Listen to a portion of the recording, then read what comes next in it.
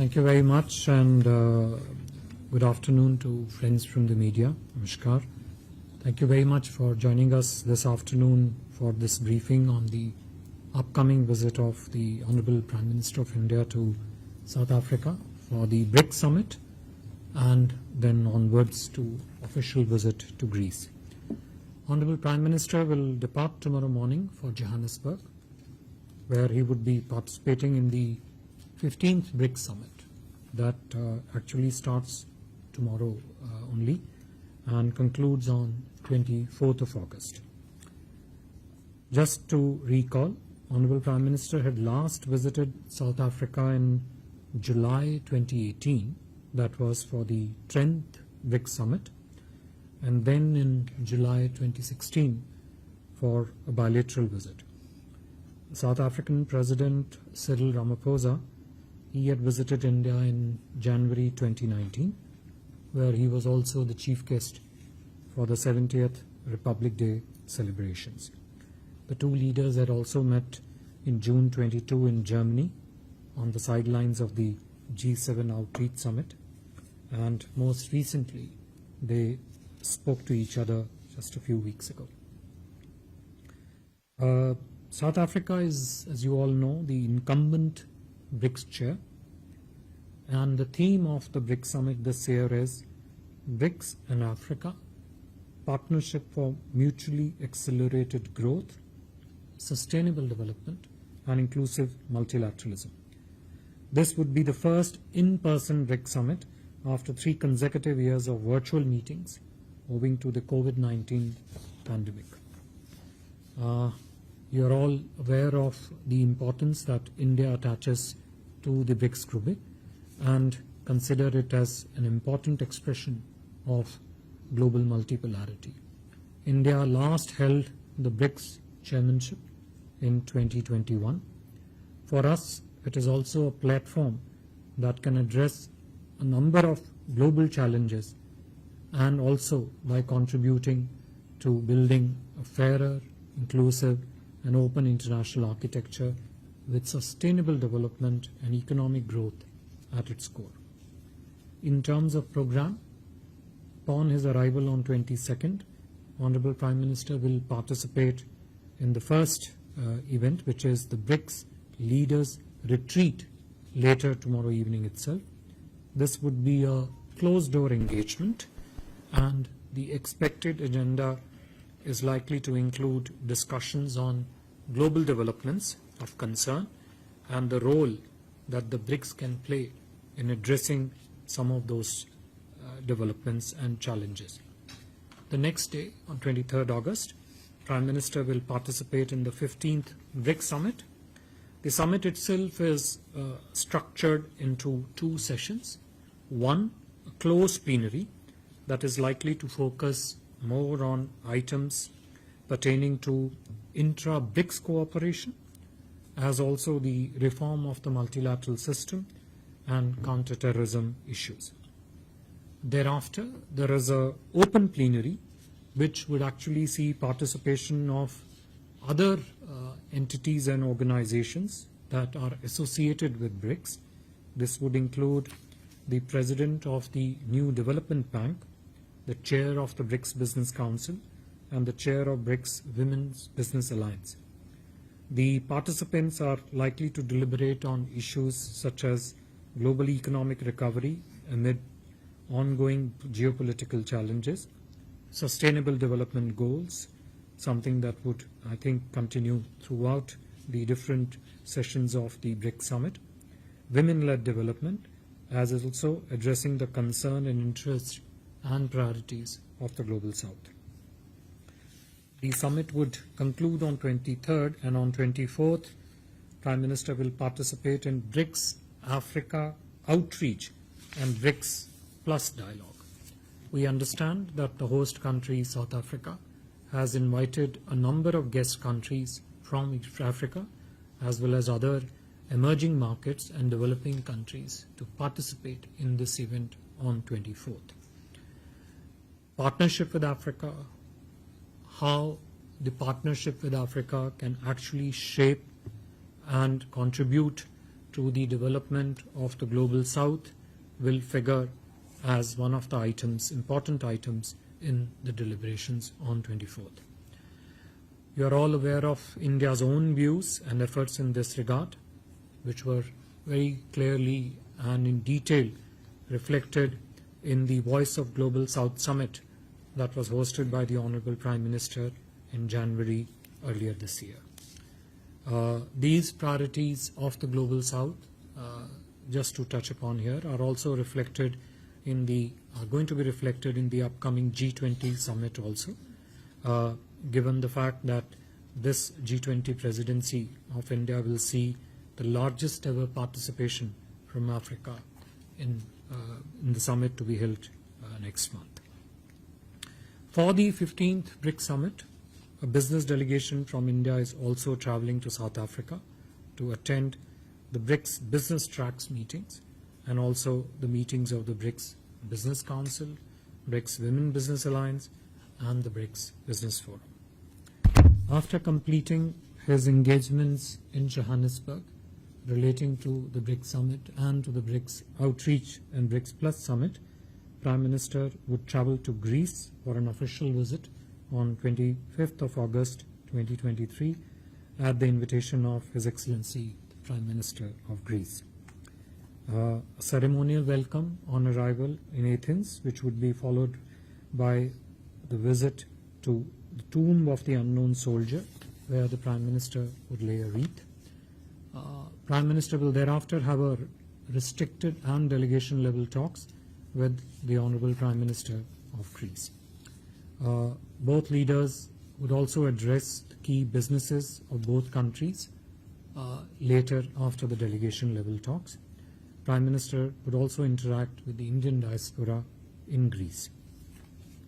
Just to recall here, Honorable Prime Minister had met the Greek Prime Minister in New York last in September 2019 on the sidelines of the UNGA. The important thing to mention here is that the last prime ministerial visit from India to Greece was in 1983. So it is after a considerable length of long period of time actually that a prime ministerial visit from India is taking place to Greece. Previous high-level exchanges between the two countries have also included a visit by former presidents of India, late Dr. APJ Abdul Kalam, and also former President Shri Ramnath Kovindji in June 2018. The Greek President had also paid a state visit to India in 1998, and the then Greek Prime Minister had visited India in 2008. Greece is one of India's important European partners. It's a member of the EU, of NATO, and a gateway to Europe and also to the EU market, and enjoys a privileged position at the crossroad of Asia, Europe, and Africa. Both India and Greece are not just modern democracies, but we also share close and age-old historical and cultural relations. Important elements of our partnership include defense and security, shipping, and most recently the elements relating to the migration and mobility are being given shape in terms of structural partnership between India and Greece. Greece has also been a strong supporter and a partner with India on issues of core interest in the UN and other international organizations, including their support to our permanent membership in the expanded UN Security Council. During the Honorable Prime Minister's visit to Greece, both sides will look to expand and diversify the trade and investment segment of cooperation, deepen and expand the defense and security partnership, infrastructure cooperation, shipbuilding industry, something which is a great strength of Greece and where the opportunities, extensive opportunities are there, energy, agriculture, education, and as I mentioned earlier, migration and mobility. The visit would give both sides an opportunity to discuss also the regional and global issues of mutual interest and help broaden and deepen our bilateral engagement. I would stop here, and if there are questions, we'll try and answer them. Thank you. Thank you very much, sir. Ground rules, please. Please introduce yourself and the organization you represent. I'll start with Yeshi. This is Yeshi Seri from the New Indian Express. So what are the chances of PM Modi having a bilateral with Chinese Premier Xi Jinping? Siddhant. So my question is India's stance on the expansion of the grouping. And another question, this is on Greece basically. What will be India's focus when it comes to connectivity plans connecting India with... Sorry, why the Arab world? Yeah, this connectivity plans. Okay. Yeah, please. I before that. Yeah. Sir Madhurendra मैं news nation से defence और security ties को लेकर आपने बात कही India और Greece के बीच में क्या इस पर और आप फोकस कर सकते हैं कि किन क्षेत्रों में दरअसल डिफेंस सेक्टर में दोनों देश अपने जो टाइज हैं उसको बढ़ाएंगे और मैरीटाइम में दरअसल क्या होने वाला है? Manush. This is Manas from PTI. Around 40 countries have shown interest in joining Brics, and 23 countries have already submitted their applications. So what will be India's approach in expansion of Brics, and how we are going to support the countries? What will be the criteria? I'll come back to you. Yeah, go ahead. Sir मैं मनीष झा हूँ TV 9 से। मुझे जितना समझ में आ रहा है sir कि अब तक भारत सरकार ये कहती आई थी पोस्ट मई 2020 के बाद कि जब तक PLA अपनी पोजीशन से पीछे नहीं हट जाता तब तक इंडिया और चाइना के पॉलिटिकल रिलेशन नॉर्मल नहीं हो सकते हैं। तो अगर प्राइम मिनिस्टर मोदी और शी जिनपिंग की मुलाकात होती है ब्रिक्स से अलग होकर तो क्या हम कहें कि PLA अपनी पोजीशन से हट गई, और अगर नहीं मुलाकात होती है तो क्या कहें कि PLA अभी तक उसी पोजीशन पे बना हुआ है? Sir, should we take around more questions or will I take it sets? Okay. Yeah. No, I saw your hand. Yeah, go ahead. Come back.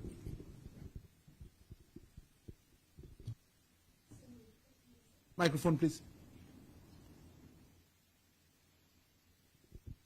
So Nivedita from the Sunday Guardian, 2 questions. If you could please share the details of the business delegation accompanying the Prime Minister, and also is there any likelihood of the Prime Minister taking up the issue of many countries which have expressed interest in joining the rupee trade arrangement? Would that be part of the business talks? Business talks. Okay. So we'll take next round. So, please. Let me group the questions relating to India-China meeting. Yeshi asked, and then others asked the same question in different ways. आपने कहा होती है, नहीं होती है. All I would say is that, as I mentioned in my remarks, the host country, South Africa, has invited large number of guest countries, besides, of course, the Brics members who would be present there. The Prime Minister's schedule in terms of bilateral meetings with those leaders who would be present in South Africa is still being developed, and as and when we have details of confirmation of Honorable Prime Minister's different bilateral meetings, we would definitely apprise our media friends of those meetings. Second set of questions relating to BRICS expansion. Somebody mentioned about 40, 23 large number of countries having expressed interest in the expansion of the BRICS. Look, there is no doubt that there is considerable interest in many countries to become a part of BRICS, to associate themselves with BRICS, to leverage different opportunities that the BRICS and the cooperation under the BRICS presents for itself. Insofar as the BRICS expansion is concerned, we have been very clear from the start that we have a positive intent and an open mind when it comes to the BRICS expansion. As you all know, BRICS works under the modality and principle of consensus, and all the BRICS countries have to have full consensus on how they would want BRICS expanded, what should be the guiding principles of that expansion, what would be the criteria for such an expansion. Those are the subject matters of ongoing current discussions between the Sherpas of the BRICS in South Africa, and I would not want to prejudge the outcome of these discussions, except to say, as I said earlier, that India has a positive intent and an open mind when it comes to BRICS expansion. With regard to the set of questions relating to specific questions relating to the BRICS business delegation, which the colleague from the Sunday Guardian asked. The business delegation is the BRICS business platform, including the Business Forum, the Women Business Alliance, is a very robust and a vibrant mechanism and pillar for the BRICS, intra-BRICS economic cooperation. And we are expecting a sizable business delegation to participate in these meetings. The component which is part of the BRICS summit deliberations itself, which would be in the open plenary, is a much smaller delegation, and we'll share the details with you once those that part of the delegation of Honorable, who would be present along in the session where Honorable Prime Minister will be there, will share with you.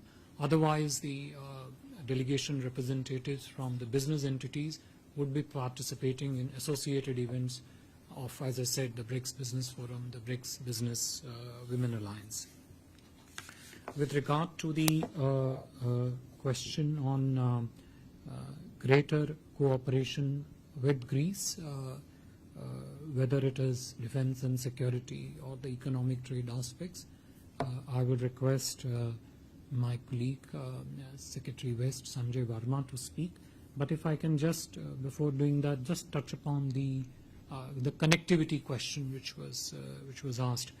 Look, we look at connectivity as I would say, as one of the driving impulses for a greater and a stronger and deeper cooperation between any two sets of countries. Connectivity has always been an important element in our discussions with all our partners, and we don't limit the connectivity discussions only to infrastructure connectivity projects. The connectivity for us has a far wider conceptual connotation that includes digital connectivity, connectivity between the people. So when we speak of mobility and migration, it is connecting the two societies, connecting the two people. Financial connectivity. So there was a question relating to the India-Rupee trade, for example.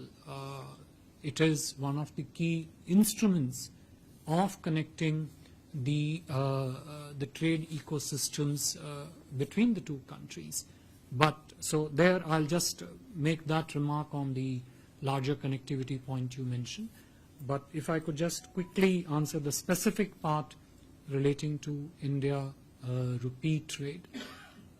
Look, it has been our strong and proactive effort to see how the instruments of trade expansion, how best we can position them in any given relationship. One of the first India-Rupee trade arrangements in recent months has been the one which was announced with the UAE. I am given to understand that the initial shipments relating to India dirham rupee trade have commenced and have successfully been completed. We are soon going to bring out a set of the standard operating procedures also, do an extensive outreach to the business community for them to see how this India-Rupee trade arrangements could be leveraged.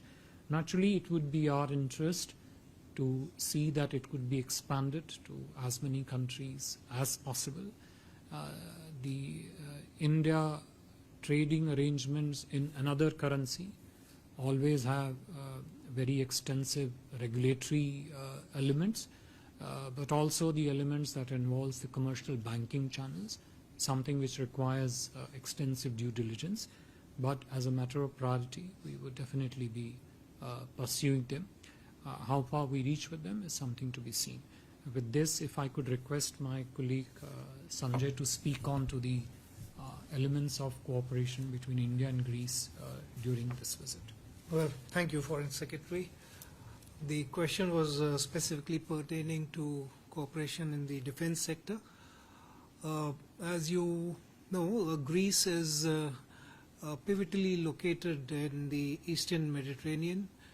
It has been a significant maritime power in merchant shipping. It controls probably one of the biggest shipping lines in terms of dead tonnage, and that spin-off runs into its naval capacities. It apparently has the third best navy in the European Union.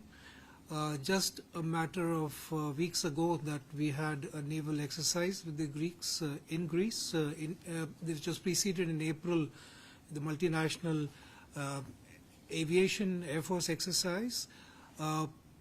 The objective of the visit, Prime Minister's one-day official visit, would be to strengthen security and defense cooperation, would be to increase the pace of exchanges at the military level, training, personnel, invite Greek capacity into the Make in India program, especially in our defense industry, and consider joint production, technology exchange, etc.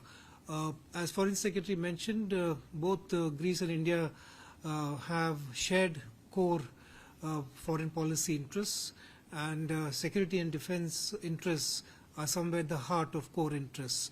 So we believe Prime Minister's visit will take this agenda forward in a more substantial and future-oriented manner. Thank you. Thank you. So more questions? Yeah. Shashank, I saw you last. Thank you, Foreign Secretary. Shashank Mattu with the Mint. So there's been a lot of speculation in the run-up to the summit about this idea of a Brics common currency. The President of Brazil voiced his support for it. The Russian Foreign Minister was also seen to comment on this matter. Of course, our Foreign Minister made it very clear that there was no discussion about something like a Brics common currency. Have there been any talks on this? If you could put any speculation on this to rest, or has there been any conversation about some sort of currency trading arrangement? And what would be India's position on this particular proposal of a common currency? Because if you could keep it short. Thank you. Yeah, please. Sir मैं जयप्रकाश हूँ दैनिक जागरण से। मेरा सवाल है कि sir last year जो BRICS summit था उसमें एफटीओ को लेकर बात हुई थी, BRICS FTA free trade agreement, और कई बार पहले भी इस पर चीन की तरफ से मुद्दा उठाया गया। भारत का इस पर क्या स्टैंड है? One second. Yeah. Hello, sir. Abhishek from CNN News 18. My question will be regarding so many leaders gathering there, and about 40 leaders are going to be there. You said those bilateral meetings are still being worked out. If you could share some of the meeting that has been confirmed yet. Nope. Hi, Smita Sharma, independent journalist. On the BRICS summit itself, is there a request from the Chinese to still discuss their peace plan on the Ukraine war during the summit meeting? And keeping in mind that India is the world's largest democracy, we are chairing the G20 summit in the next few days. The refugee crisis in Greece, which has led to a lot of criticism of pushing back on asylum seekers, on migrant workers, shoddiest conditions, is that something that the Prime Minister will take up during his discussions? With the Greek authorities. Yeah? That's what you meant. Okay, before that. Yeah, I saw your hand. I'll come back to you. Hi, Nano. This is Takashi Ishihara from Asahi Shimbun, Japanese newspaper. I just want to ask the basic question about the Indian diaspora. The security mentions the Prime Minister Modi ji is going to have an engagement with the diaspora in Greece and maybe South Africa. So every time, everywhere the Prime Minister Modi ji visit, he is having the engagement with diaspora. So how important for the India and the Prime Minister to have an engagement What is the reason? Yeah.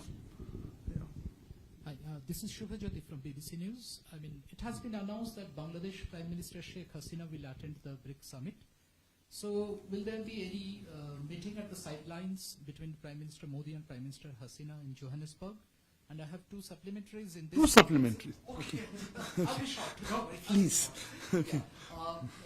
Firstly, I mean, are we supporting Bangladesh's candidature to be a new member in the BRICS alliance? And secondly, there has been recent media reports that India has made its reservations about US visa policy and proactivism over Bangladesh to Washington clear. Now, I'm keen to know what is India's actual stand on that. No, hold on. Let me clarify yours. On the last one, certainly in the realm of theoretical discussion or hypothetical, if the meeting happens, this is not the venue to discuss bilateral relations with Bangladesh. About possible meeting, I think for a second it was pretty clear about the bilaterals, but I will leave that to Sir to answer. So, rest of them I pass it to you. Thank you. Let me just first, address this question of what bilateral meetings with the Honorable Prime Minister have on the sidelines of the BRICS summit. As I've already mentioned to you, there are going to be large number of leaders present there. We understand also that the Honorable Prime Minister of Bangladesh also may be there. That's what we have been informed by the host country. But the schedule of Prime Minister's bilateral meetings on the sideline of BRICS is still evolving, and once we have firmed up those meetings with the leaders, we will definitely share with you as we go along. Shashank, to your question on the BRICS common currency trading arrangement and the Dainik Jagran से जो आपका BRICS FTA को लेके जो प्रश्न था, see, the substantive part of trade and economic exchanges and discussions that have been a part of BRICS discussion have so far in a major way focused on how to increase trade in respective national currencies, which writing for the Mint you would know is considerably different from a common currency concept.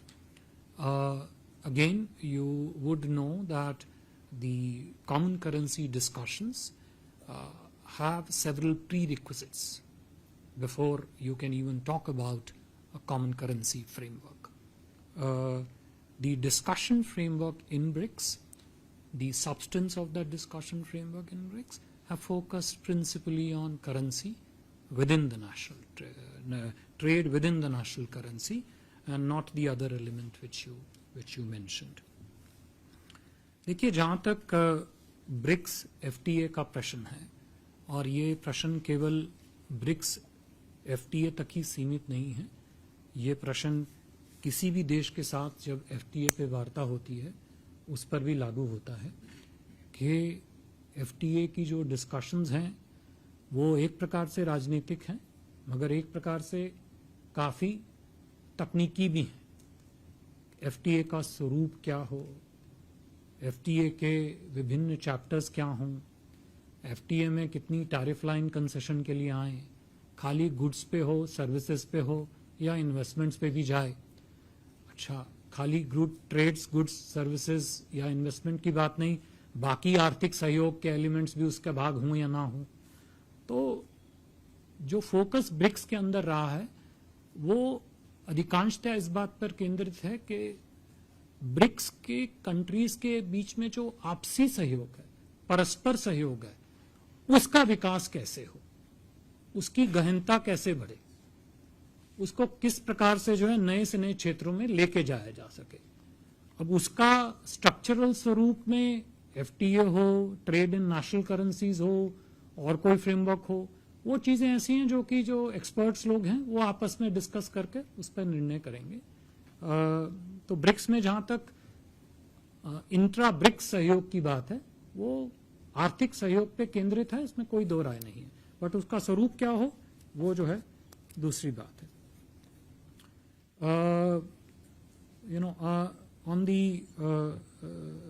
on, as I mentioned to you, this is, Smita, to your question, that when the leaders meet during the retreat, during the closed plenary, and also if they have a chance for a sidebar on the sidelines, the discussions would obviously focus on what the developments, the global developments, which are of key priority and interest, and the challenges that they throw up. As of now, I am not aware of any specifics in terms of what's on the table, but the generic nature of global developments, the challenges they throw up, how BRICS comes together to mitigate some of those challenges, particularly the economic challenges to the countries of the global south, is something that they would obviously focus on. On your questions of the on your other questions, and also the question from our colleague from the Japanese media on diaspora engagement, I would request Secretary Sanjay Verma to speak to them. Well, thank you, Foreign Secretary. Smita, on a question on refugees, I think let me address it from two aspects. One is, of course, Greece is a place in the Mediterranean, and it is what you call a frontline state for refugees coming into Europe. This is a sensitive subject. It's an important subject. It's also very topical and sensitive. It is also a fact that the European Union is currently negotiating a migration treaty which is in the works. It would be out of place for us to raise this issue. We trust the European Union would find the best way to deal with this recurring problem, and we consider it an issue which is internal to the European Union, and it's best left to them how they resolve it. The correlation, as it appears on the agenda of our visit, is that a migration and mobility agreement which we have signed with a slew of countries is to address this issue indirectly, to encourage legal migration. So we hope to see some progress on that subject there. On diaspora, on most, if not every foreign visit of the Prime Minister, and engagement with the Indian diaspora is a very important part of the program, and that also emanates from the fact that the relationship with diaspora is also a very important pillar of India's foreign policy, particularly with the current government. Prime Minister always looks forward to occasions of spending time interfacing, interacting with the Indian diaspora, and in Greece it won't be any different. We have a diaspora which is about 11 to 12,000 strong, and this will be another occasion for a Prime Minister to interact with what is a very effective, increasingly an effective bridge that our diaspora forms between us and the country they reside in. Thank you. Thank you, sir. Thank you very much, Foreign Secretary, sir. My thanks also to Secretary West, Shri Sanjay Verma, Joint Secretary Central Europe, Shri Arun Sahu, as well as Joint Secretary East and Southern Africa, Shri Puneet Kundal, for being here today. Thank you for joining us. Please stay tuned with the updates that we'll have on social media as the visit unfolds. Good afternoon.